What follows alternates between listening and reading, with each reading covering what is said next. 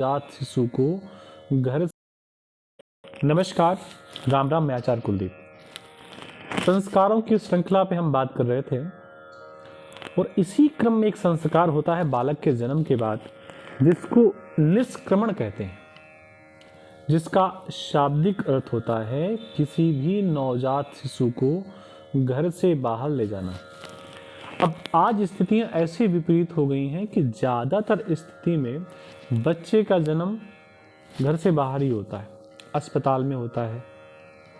और पहले स्थितियां ये थी कि अगर बच्चे का जन्म ननिहाल में भी हो रहा है, नाना के यहाँ भी हो रहा है, किसी संबंधी के यहाँ हो रहा है, किसी रिलेटिव के यहाँ हो रहा है, तो उसको बहुत शुभ नहीं माना जाता था।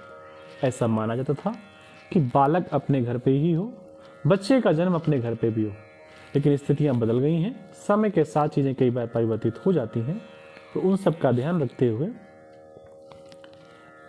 ये संस्कार पहले से ही किया जा रहा है और पहले से लोग करते आए हैं। जब भी कभी शिशु को घर से बाहर ले जाने की स्थिति उत्पन्न होती है तो कई बार बूढ़े लोग, माता पिता, दादी, नाना आदि इत्यादि लोग जो होते हैं वो एक बात कहते हैं, अभी बच्चे को बाहर मत ले जाओ, अभी शुभ समय नहीं है, किसी आचार्य से पूछ करके हम फिर आपको बताते हैं। लेकिन आज के सोशल मीडिया के माध्यम से ऐसा हो गया है कि बच्चे का जन्म हुआ, तत्काल मोबाइल से पिक्चर निकाली गई और उसको सब जगह शेयर कर दिया गया। कई बार कुछ चीजों का प्रभाव तत्काल दिखाई नहीं देता। बच्चे को घर से बाहर निकालने की प्रक्रिया है, बच्चे को, शिशु को घर से बाहर निकालने का संस्कार है, उसके नक्षत्र हैं, दिन है, तिथि है, वार हैं, योग हैं, ग्रहों की अच्छी अवस्थाएं हैं, तब जाकर के किसी शिशु घर से बाहर निकालना चाहिए। मतलब क्या होता था कि किसी अला बला से, किसी बुरी दृष्टि से बच्चे को बचाया जाए।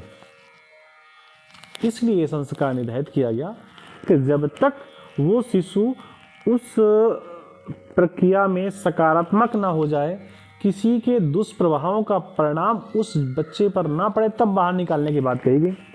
और यहाँ पर ऐसा बताया गया कि लगभग चौथे से 5वें महीने में बच्चे को घर से बाहर निकालना चाहिए। कहने का एक और मतलब है कि 4 महीने तक प्रयास हो कि भले ही साइंस कितना आगे बढ़ गया हो, लेकिन बच्चे के फोटो यहाँ वहाँ और बच्चे को शुभकामनाएं दीजिए, बच्चे को ये करिए, इन सब चीज़ों से थोड़ा बचने का प्रयास करना चाहिए। तो बालक को जब भी घर से बाहर कभी ले जाना है तो ये भी एक प्रकार का संस्कार होता है, इसको हमें ध्यान में रखना चाहिए।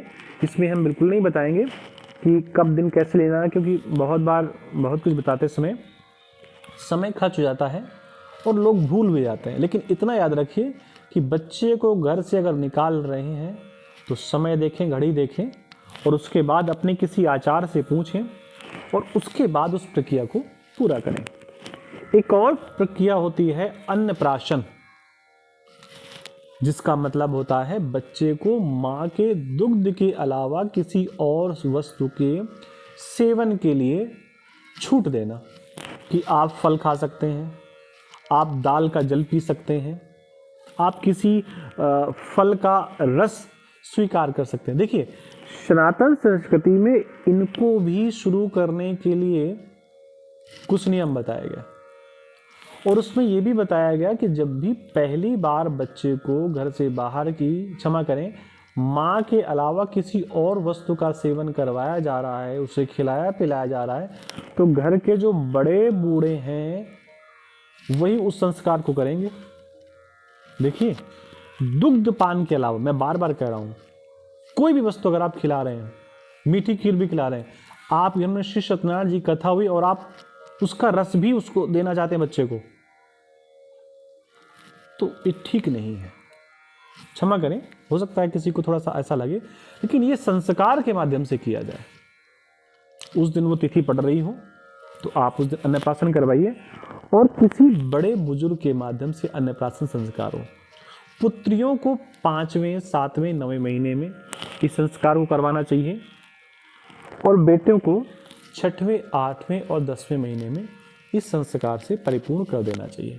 तब तक बच्चे को कोई भी वस्तु बाहर की ना दी जाए, वो केवल माँ के दुग्ध पे ही रहे। तो इसका भी नक्षत्र होता है शुक्ल पक्ष हो, बहुत अच्छा है।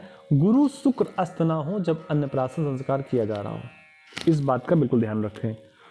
और दोपहर से पहले का समय हो, प्रातः काल का समय हो, तो इन स्थितियों में अन्नप्राशन आप कर सकते हैं। एक और संस्कार है कि बच्चे को झूलने पे पहली बार लेटाना, ये भी एक संस्कार है, इसको भी समझिए। अगर किसी बच्चे को आप पालने पे, झूले पे पहली बार लेटा रहे हैं, तो लेटाते समय आपको भगवान विष्णु की उस छवि का ध्यान करना चाहिए जिस छवि में वो भगवान विष्णु शांताकार होकर के भुजंग के ऊपर लेटे हुए, शेष सैया पर लेटे हुए। जब बच्चे को पहली बार किसी सैया पर लेटाया जाए, माँ से अलग करके, एकांत में, अकेले झूलने में, पालने में, किसी चारपाई में कि माँ नहीं है फिर भी आप लेटा रहे हैं, तो उस समय पहली बार जो व्यक्ति लेटा रहा हो, तो इस बात का ध्यान रखें कि बच्चे को लेटाते समय भगवान विष्णु का ध्यान करें और भगवान की उस छवि का ध्यान करें जिस छवि में माता लक्ष्मी उनके पैरों के पास बैठी हैं और भगवान बिना किसी विघ्न के, बिना किसी चिंता के आराम से शयन कर रहे हैं। जब ये आप प्रक्रिया करें तो बच्चे का जो सर है वो पूरब की ओर हो और बच्चे के पैर पश्चिम की ओर हो, तो ये बहुत अच्छा रहता है।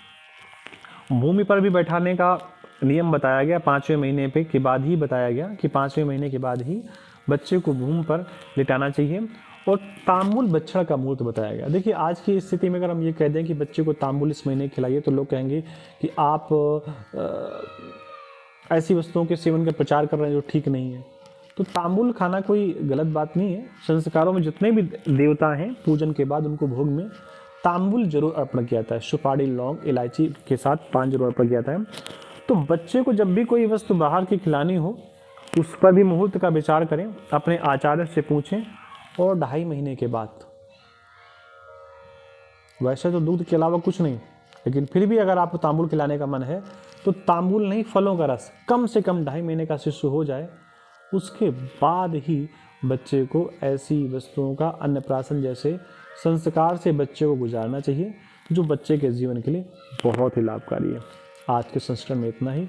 आप सबको राधे कृष्णा, नमस्कार।